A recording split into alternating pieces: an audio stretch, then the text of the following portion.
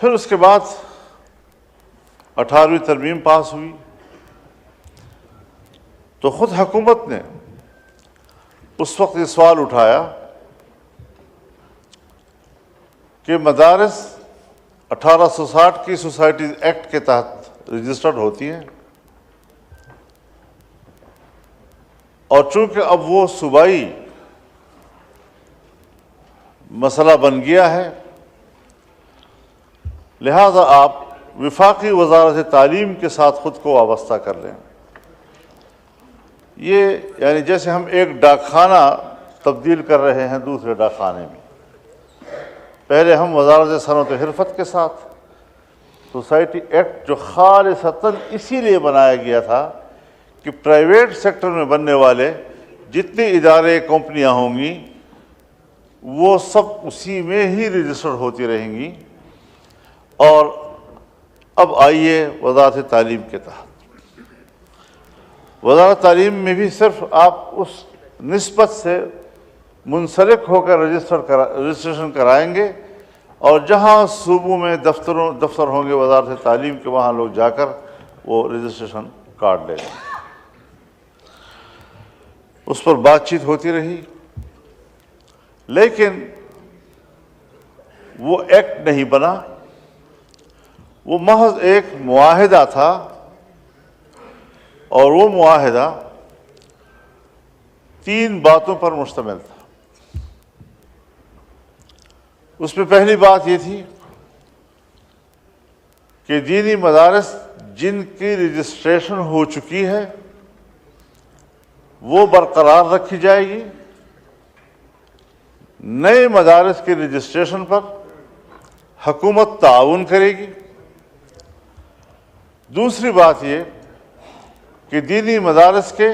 Bank accounts کھول دیے جائیں گے، اور تیسری بات یہ کہ غیر ملکی طلباء جن پر پابندی ہے کہ وہ پاکستان میں تعلیم حاصل کریں، ان کو تعلیم حاصل کرنے کی اجازت ہوگی، اور 9 سال تک ان کو 9 سال کا ویزا دیا جائے گا۔ اس میں جو بعد میں ایجوکیشن ایک بورڈ بنا، اس کے تحت 12 مراکز بنائے گئے، یہ سب بات کے ایگزیکٹو آرڈرز ہیں، اس کا اس معاہدے سے کوئی تعلق نہیں۔ آج اگر کوئی اس کی بات کرتا ہے تو یہ پس از مرگ واویلا کی بات ہے۔ وہ معاہدہ حکومت کی طرف سے ٹوٹ چکا تھا کہ آج تک تنظیمات مدارس دینیہ سے وابستہ نہ تو کسی مدرسے کی رجسٹریشن ہو سکی ہے، نہ ہی کسی مدرسے کا اکاؤنٹ کھل سکا ہے، نہ ہی اس مدرسے کے لیے آج تک کسی ایک طالب علم کو ویزا دیا گیا ہے۔ ہاں، بعد میں کسی کے فیض سے مدارس توڑ دیے گئے۔ اب تک یہی 5 تنظیمیں تھیں، 5 بورڈز تھیں، اس کے بعد پتہ نہیں 20-25 بنا دی گئی، جس کا نہ 2004 کے حوالے سے کوئی کردار، نہ 2010 کے معاہدے سے کوئی کردار، اور نہ ہی اس کا کوئی ابھی جو ہماری قانون سازی ہو رہی تھی اس سے کوئی تعلق۔ الیکشن سے پہلے جو پی ڈی ایم کی حکومت تھی تو میں نے جناب وزیر اعظم کی خدمت میں عرض کیا میاں شہباز شریف صاحب سے کہ یہ ایک مسئلہ ہے، الجھا ہوا ہے، اس کو پورا کریں۔ انہوں نے حامی بھری، بات چیت ہوئی، تنظیمات مدارس کے تمام قائدین کو بلایا گیا، ان کی مشاورت و مشارکت کے ساتھ اصول طے ہوئے، اور ہم نے اپنے موقف میں لچک دکھائی کہ ہمیں اعتماد میں لیے بغیر، ہم سے اجازت لیے بغیر آپ نے ہمارے تنظیموں کو توڑا، اور وہ تنظیمیں کہ جن کو ہم نے تسلیم نہیں کیا سو مدارس آزاد ہوں گے، چاہے ادھر رجسٹریشن کرائیں چاہے سوسائٹی ایکٹ کے تحت کرائیں۔ ہم نے لچک دکھائی اس میں، اور اس پر جناب وزیر قانون جناب تارڑ صاحب ان کی طرف سے ڈرافٹ بنا، اور جس طرح معاہدہ ہوا تھا اسی کے مطابق ایک ڈرافٹ آیا اور یہاں ایوان میں پیش ہوا۔ اس ایوان میں اس کی پہلی خواندگی ہوئی،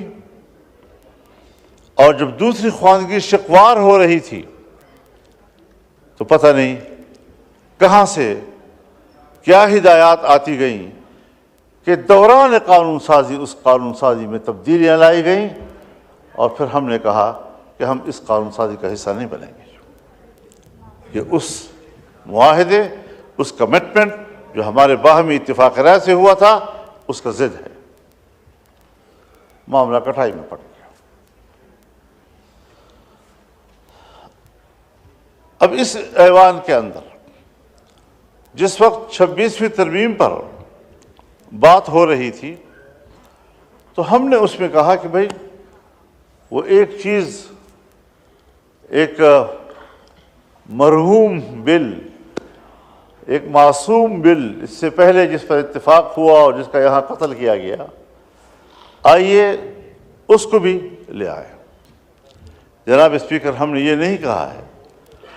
کہ آپ ان مدارس کو اس بل سے نکال دیں، یہ بات میں واضح کر دوں، لیکن ڈرافٹ جو پاس ہوا ہے، بل جو پاس ہوا ہے یہاں سے، اس میں ان وزارت تعلیم کے تحت رجسٹر مدارس کا کوئی تذکرہ نہیں ہے، اور یہ ڈرافٹ ہم نے نہیں بنایا، یہ حکومت کی طرف سے آیا۔ سو ہم نے اس کو بھی قبول کیا تھا، اس پر بھی چونکہ ہمارا کوئی اعتراض تو نہیں تھا، لیکن ہم نے قبول کیا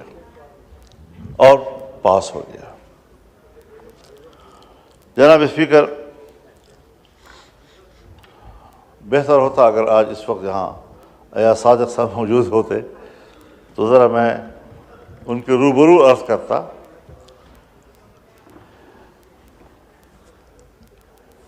یہاں 20 اکتوبر اور 21 اکتوبر یعنی 12 بجے کے بعد رات کے صبح تک یہ قانون قومی اسمبلی سے بھی پاس ہو گیا، سینٹ سے پہلے پاس ہو چکا تھا، سینٹ میں جب پاس ہو رہا تھا تو تاریخ 20 اکتوبر کی تھی، اور جب قومی اسمبلی سے پاس ہو رہا تھا تو تاریخ 21 اکتوبر کی تھی۔ اور جو ہی وہ پاس ہوا میرے پاس جکرانی صاحب تشریف لائے، اور مجھے انہوں نے کہا کہ سائن سیریمنی پریزیڈنسی میں ہو رہی ہے، فوری طور پر ہم نے وہاں جانا ہے، ناشتہ بھی وہیں کریں گے اور پریزیڈنٹ صاحب ان پہ دستخط بھی کر دیں گے۔ میں نے ہاں کیا، لیکن آدھے گھنٹے کے بعد وہ پھر تشریف لائے اور کہا کہ یہ وہ فی الحال ملتوی ہو گیا۔ ٹھیک ہے، اب سوال یہ ہے حضرت کہ 28 اکتوبر کو جناب صدر اس بل پر ایک اعتراض بھیجتے ہیں، اور ظاہر ہے کہ دونوں ایوانوں میں جب ایک بل آتا ہے تو جس ایوان میں آخر میں پاس ہوتا ہے اسی سے پریزیڈنسی میں جاتا ہے، اور وہاں سے کوئی آبجیکشن ہوتا ہے تو وہاں سے بھی اسپیکر قومی اسمبلی کے پاس پھر آیا، کیونکہ یہاں آخر میں پاس ہوا اور آبجیکشن آیا، اور اسپیکر صاحب نے اس کی تصحیح کر دی، اس کو ایک قلمی غلطی قرار دے کر۔ اب آبجیکشن آیا، اسپیکر صاحب نے باقاعدہ آئین کا حوالہ دیا، آرٹیکل 75 کا، اس آئینی حوالے کے ساتھ انہوں نے ان کے پاس جواب بھیجا، اور یہ 28 اکتوبر تھی۔ اس کا معنی یہ ہے کہ جناب صدر کو یہ بل موصول ہو چکا تھا، یہ علامت تھی اس بات کی کہ وہ موصول ہو چکا ہے۔ اسپیکر صاحب کی طرف سے جواب چلا گیا، اور کہا کہ میں آرٹیکل 75 کے تحت اس کی اصلاح کر رہا ہوں اور کر دی ہے، دستخط کر کے بھیج دیے، اور سینٹ کی طرف سے بھی مجھے یہ اطلاع ملی کہ وہاں سے بھی انہوں نے جو چیئرمین سینٹ تھے اس وقت، انہوں نے اس کو ہاں کر دیا اور معاملہ ختم ہو گیا۔ کیوں؟ اس لیے ختم ہوا کہ جناب صدر نے اس پر کسی قسم کا دوبارہ اعتراض نہیں کیا، اس پر اپنی رائے پہ زور نہیں دیا، اسے پریس نہیں کیا، اور جب انہوں نے تسلیم کر لیا اور قبول ہو گیا تو اٹ مینس کہ ان کو ایک اعتراض کا حق حاصل ہے، دوسرے اعتراض کا حق پریزیڈنسی کو حاصل نہیں ہے۔ اور اگر پہلی مرتبہ پاس ہو جائے تو پہلی مرتبہ پاس ہو کر کتنی دنوں میں صدر دستخط کرے گا؟ بظاہر آئین اس حوالے سے خاموش ہے، بظاہر آئین اس حوالے سے خاموش ہے، لیکن چونکہ صدر جناب عارف علوی صاحب کے وقت میں ایک بل یہاں سے گیا، انہوں نے اس پر 10 دن کے اندر دستخط نہ کیے تو یہاں پر ایکٹ پاس کیا گیا، اس کا نوٹیفیکیشن کر دیا گیا۔ سو اگر آئین کا پہلا حصہ وہ خاموش ہے اس حوالے سے، لیکن نظیر قائم ہو گئی، اور اس نظیر کے تحت آج ہم کہہ سکتے ہیں کہ صدر کا وہ اعتراض ویلڈ تھا اور اس کا جواب ہو چکا، اب اس کے پاس دوسرے اعتراض کا کوئی آئینی استحقاق حاصل نہیں ہے۔ لیکن انہوں نے بعد میں کوئی 13 نومبر کو، یعنی 20 اکتوبر کے بعد یا 21 اکتوبر کے بعد 13 نومبر، جس میں 10 دن گزر چکے، یہاں پر آئین صراحت کے ساتھ کہتا ہے کہ اگر 10 دن کے اندر وہ دستخط نہیں کرتے تو پھر وہ ایکٹ بن جائے۔ ہماری قطعی رائے یہ ہے، اور اس پر تمام تنظیمات مدارس نے کل اجلاس کیا، اور متفقہ موقف تمام معلومات اور میٹیریل کی بنیاد پر انہوں نے طے کیا کہ یہ ایکٹ بن چکا ہے۔ اور جناب اسپیکر سردار ایاز صادق صاحب، انہوں نے ایک ٹی وی انٹرویو میں یہ الفاظ استعمال کیے کہ ہماری کتابوں کے مطابق تو یہ ایکٹ بن چکا ہے۔ سوال یہ ہے کہ یہ باتیں کرنا کہ جی وہ بھی تو مدارس ہیں، وہ بھی تو مدارس ہیں، تو تھوڑی سی تبدیلی اگر کر لی جائے تو وہی گنجائش جو پہلے نکالی گئی تھی سو اب بھی نکال لی جائے، ہمیں اس پر کوئی اعتراض نہیں ہے۔ لیکن بحث اس پہ نہیں ہے، بحث اس پر ہے کہ ایکٹ بن چکا ہے اور اس کا گزٹ نوٹیفیکیشن کیوں نہیں ہو رہا ہے؟ یہ کیا نظیر قائم کی جا رہی ہے؟ اگر آج ہم نے اس پہ ترمیم پر گفتگو کی، اسے ایکٹ تسلیم نہ کرتے ہوئے اس پہ ترمیم شامل کر کے دوبارہ پارلیمنٹ کے سامنے پیش کی یا جوائنٹ سیشن بلایا، یہ آئین کی بھی خلاف ورزی ہوگی، اور ایک ایسی غلط نظیر قائم کریں گے آپ کہ آنے والے وقتوں میں ہر پاکستانی کے لیے، ہر پارلیمنٹ کے لیے، ہر حکومت کے لیے ایک مشکل چلی آتی رہے گی اور اس دستخط کی کوئی اہمیت نہیں ہوں گے۔ لہذا ہم ایوان کا استحقاق، آئین کا استحقاق، اس کی جنگ لڑ رہے ہیں، اور ایوان صدر سے ہماری یہ شکایت ہے کہ آپ کا وہ جو دوسرا اعتراض ہے وہ آئینی لحاظ سے بھی ٹھیک نہیں ہے، چاہے ہمارے نذیر طارق صاحب جو ہیں اس بارے میں بڑے مشتاق ہیں، کوئی نہ کوئی تعویل اب بنا کر پیش کر دیں گے، سو یہ تعویلیں نہیں چلیں گی۔ اب ہم بھی اسی مدرسے سے پڑھے ہوئے ہیں، میں نے بھی اسی مدرسے، اسی ہاؤس کے اندر 40 سال گزارے ہیں۔ آپ مجھ سے جونیئر ہیں، آپ قانون پڑھے ہوئے ہیں، لیکن آپ پڑھے ہوئے ہیں، میں قانون کا طالب علم ہوں۔ عدالت قانون کے مطابق فیصلے دیتی ہے، لیکن اس قانون کے مطابق جو یہاں سے ہم بنا کر بھیجتے ہیں۔ ہم قانون ساز ہیں، ہم آئین کو کھلواڑ نہیں بنانے دینا چاہتے۔ اب اس حوالے سے ہمارے اس مطالبے کو تسلیم کیا جائے۔ یہ متفقہ چیز ہے جناب اسپیکر، اگر آپ کی توجہ ہو، اسپیکر صاحب اگر آپ کی توجہ ہو، میں عرض کر دینا چاہتا ہوں کہ 26ویں ترمیم پر 1 مہینے سے زیادہ ڈیبیٹ ہوتی رہی اور بالآخر ہم ایک اتفاق رائے پر پہنچے، 56 کلازز پر مشتمل پہلا ابتدائی ڈرافٹ، جس پر مذاکرات کے نتیجے میں حکومت 34 شقوں سے دستبردار ہوئی، 22 شقوں پر وہ آیا، اور پھر ہم نے اس میں 5 ترامیم پیش کی جو 27 شقوں کی شکل اختیار کر گیا۔ یہ سب اس کے لیے میں خود کراچی بھی گیا ہوں، بلاول ہاؤس بھی گیا ہوں، 5 گھنٹے ہم نے وہاں مذاکرات کیے ہیں، یہی دینی مدارس کا بل وہاں ڈسکس ہوا ہے۔ اگلے روز ہم لاہور آئے ہیں اور میاں نواز شریف صاحب کے گھر پہ 5 گھنٹے ہم بیٹھے رہے ہیں، اس حوالے سے تفصیلی گفتگو ہوتی رہی ہے، ایک اتفاق رائے پایا گیا، اور وہاں سے آ کر میں نے اپنے پی ٹی آئی کے دوستوں کو اعتماد میں لیا کہ یہ ہے ساری صورتحال اور یہ ہم وہاں سے کر کے آئے۔ ہم نے پارلیمنٹ کے ایک ممبر کو بھی اس تمام پیش رفت سے غافل نہیں رکھا،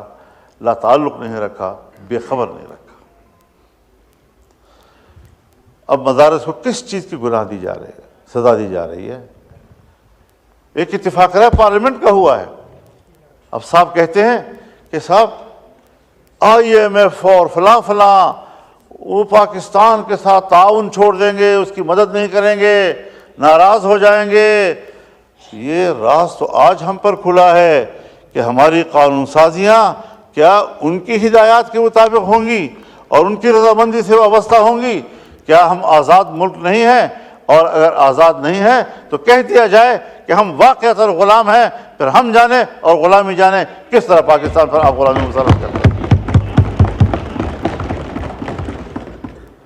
لیکن یہ افسوسناک باتیں ہیں۔ اگر امریکہ کے کانگریس میں یا وہاں کی کسی ایوان میں ایک ممبر قرارداد پیش کرتا ہے اور وہ قرارداد یا عمران خان کی رہائی کے لیے ہے یا پی ٹی آئی کے حق میں جاتا ہے، تو آپ یہاں قرارداد پاس کرتے ہیں کہ امریکہ کو پاکستان کے داخلی معاملات میں دخل دینے کا حق حاصل نہیں ہے۔ یہ پاکستان کے معاملات میں دخل دینا، اس کا تعلق صرف عمران خان اور پی ٹی آئی کے ساتھ ہے، کیا ہمارے اس آئین اور پارلیمنٹ کے ساتھ نہیں ہے؟ کیا ہمارے قانون سازی کے ساتھ نہیں ہے؟ کہ ہمیں حوالہ دیا جا رہا ہے اس بات کا کہ صاحب IMF FATF ناراض ہو جائے گا، IMF ناراض ہو جائے گا، فلانا ناراض ہو جائے گا؟ یہ تعویلات کیسے ہم قبول کریں گے اور یہ کیسے ہمارے لیے دلیل بنیں گی؟ اس حوالے سے پورے ملک بھر میں ایک شدید قسم کی ناراضگی پائی جا رہی ہے، اور ہم رفتہ رفتہ اس بات کی کوشش کر رہے ہیں کہ کسی تلخی کی طرف ہم نہ جائیں، کیونکہ پاکستان اس کا متحمل ہمیں نظر نہیں آ رہا ہے آج کے حالات میں۔ دینی جماعتیں آپ سے تعاون کر رہی ہیں، یہ 2001 نہیں ہے، یہ 9/11 کا سال نہیں ہے، یہ اس کے بعد کوئی 4 یا 5 سالوں کا مسئلہ نہیں ہے۔ دینی مدارس نے 23-24 سال ثابت کر دکھایا ہے کہ ہم پاکستان کے ساتھ کھڑے ہیں، ہم آئین کے ساتھ کھڑے ہیں، ہم جمہوریت کے ساتھ کھڑے ہیں، ہم قانون کے ساتھ کھڑے ہیں۔ پھر ان کا امتحان کس بات پہ لیا جا رہا ہے؟ تو پھر صاف ظاہر ہے کہ ہمیں تکلیف ہے اس بات سے کہ ملک میں مذہب کی تعلیم کیوں ہے، اس کے لیے مختلف ادارے کیوں ہیں، قرآن و حدیث اور فقہ پڑھانے کے لیے ہم نے مدارس کیوں قائم کیے ہیں۔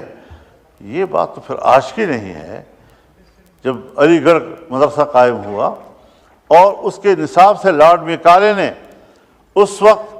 قرآن نکال دیا، حدیث نکال دی، فقہ نکال دی، عربی زبان نکال دی، فارسی زبان نکال دی جو یہاں کی سرکاری زبان ہوا کرتی تھی،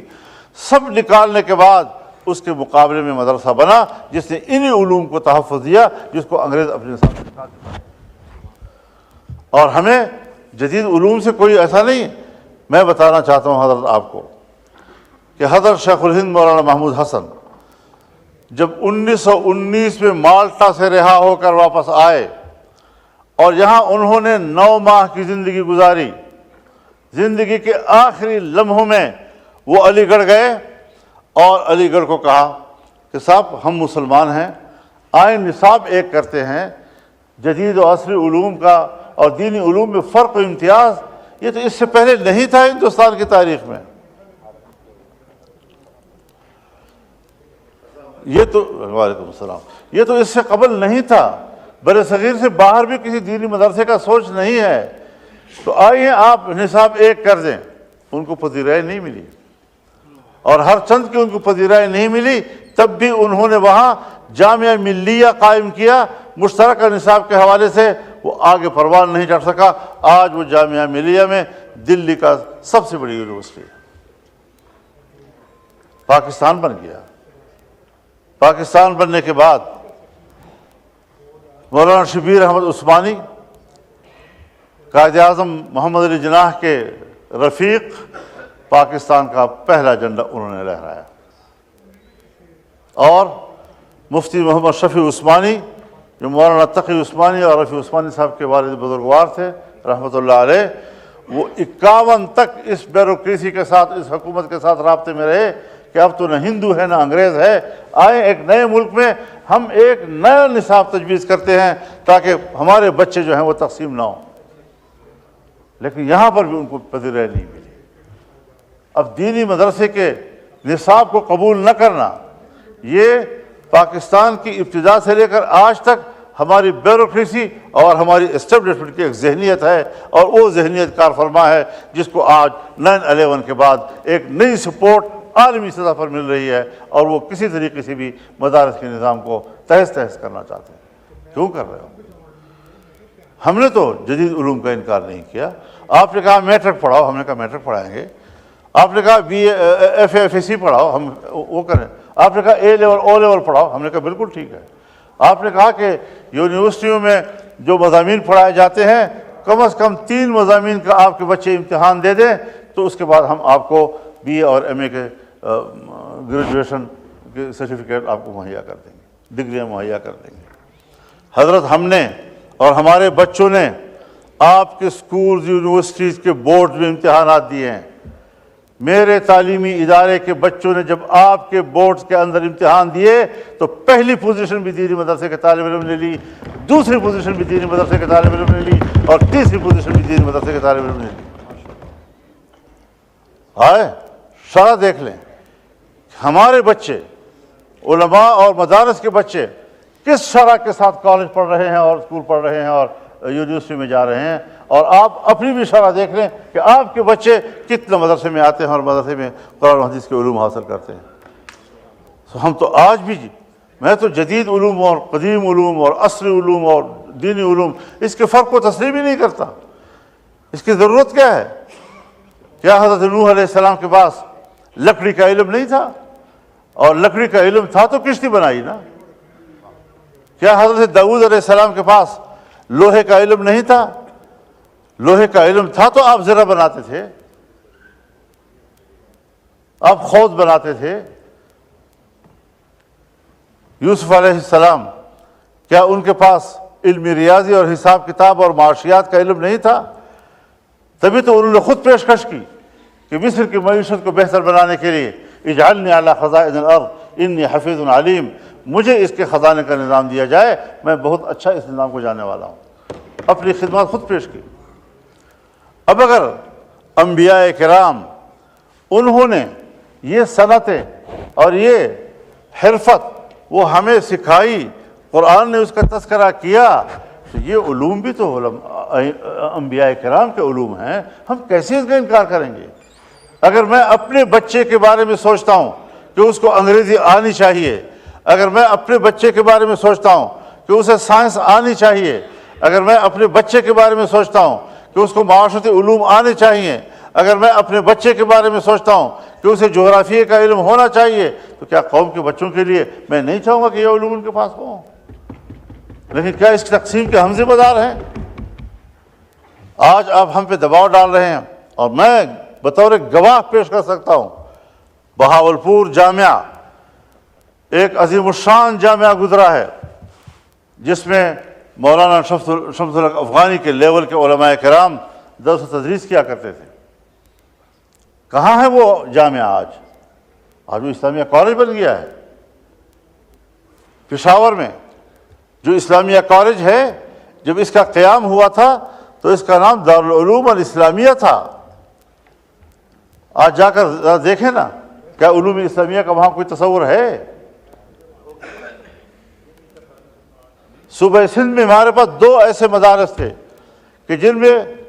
حکومت کے مشورے سے اسکول کا نظام رائج کیا گیا۔ آج ایک مکمل اسکول ہے اور ایک مکمل کالج ہے، دینی علوم اس میں کچھ بھی نہیں ہے۔ اکاڑا میں ایک مدرسہ تھا جس میں اسکول کی تعلیم دی گئی، سرکار نے اس پر قبضہ کیا، آج وہ مکمل اسکول ہے، اس میں